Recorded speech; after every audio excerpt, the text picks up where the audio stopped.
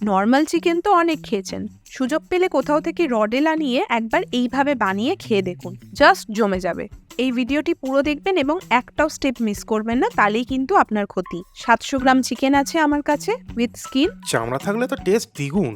স্বাদমতো নুন ও 1 টিস্পুন হলুদ গুঁড়ো দিয়ে ম্যারিনেট করে রেখে দেবো। ভালো করে ঘষে ঘষে মাংসের গায়ে নুন হলুদ মাখিয়ে নিচ্ছি। 6টা বড় পেঁয়াজ নিয়েছি, পাতলা পাতলা করে কুচিয়ে রাখছি। কড়ায় তেল গরম করতে দিলাম। অল্প তেলই নেব, কারণ রডেল চিকেন থেকে বেশ ভালোই ফ্যাট বেরোয়। ফোড়নে দেবো 1/2 চামচ গোটা জিরে, 2টো তেজপাতা ছিঁড়ে দিয়ে দেবো। ডুমো করে কাটা 6টা আলু ভাজতে দিয়ে দেবো। হ্যাঁ, আলু ছাড়া কি আর মাংস হয়? দেখ, আলু দিলেই তো তরকারি নষ্ট। আচ্ছা, আপনারা একটু কমেন্ট করে জানান তো যে আপনাদের কোনটা পছন্দ, আলু ছাড়া না আলু দেওয়া মাংস। নুন আর হলুদ ছড়িয়ে দেবো, গোল্ডেন করে ভাজবো আলুটাকে।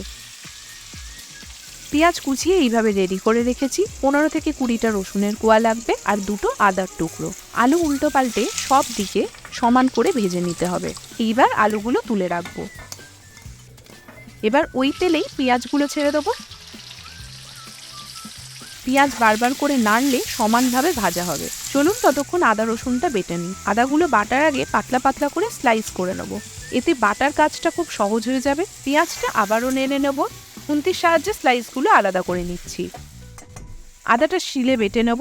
আজ মশলা শিলে বেটেই রান্না হবে, তাতে স্বাদ আরও বাড়বে, তবে মিক্সি করলেও দোষ নেই। আদা বেটে রসুনগুলো বেটে নেব।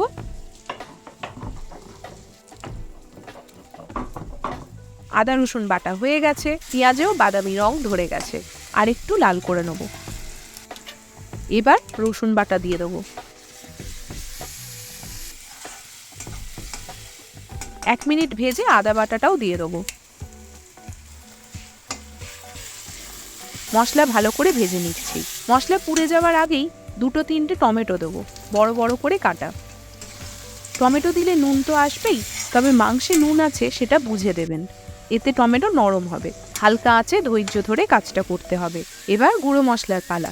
আপনার স্বাদ মতো লঙ্কা গুঁড়ো দেবেন, আমি তো একটু বেশিই দেবো। আগে যেহেতু হলুদ দেওয়া ছিল, তাই আর 1/2 চামচ মতো হলুদ দিলাম। মশলাটা কষাবো ভালো করে, যাতে কোনো কাঁচা গন্ধ না থাকে। আপনারা চাইলে জিরে ধনের গুঁড়োও দিতে পারেন। তেল ছাড়লেই মশলা কষানো রেডি।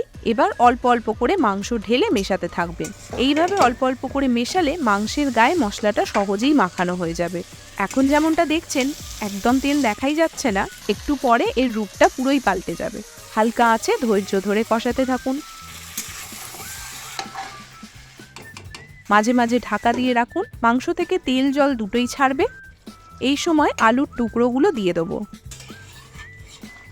ঢাকা দিয়ে দেবো আবারও। মাংসের নিজের রসেই মাংসটা রান্না হবে। দেখুন কতটা তেলে ঝুলে ভরে গেছে, কতটুকু তেল আমি দিয়েছিলাম আর কত তেল এখানে বেরিয়েছে। নিচে ধরতে দেবেন না মশলাটা, বারবার করে নাড়তে থাকবেন।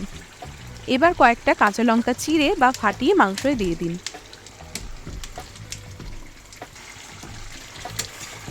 কষতে কষতে জলটা শুকিয়ে গেছে আর আলুও সেদ্ধ হয়ে গেছে, তাই আলুগুলো তুলে রাখছি।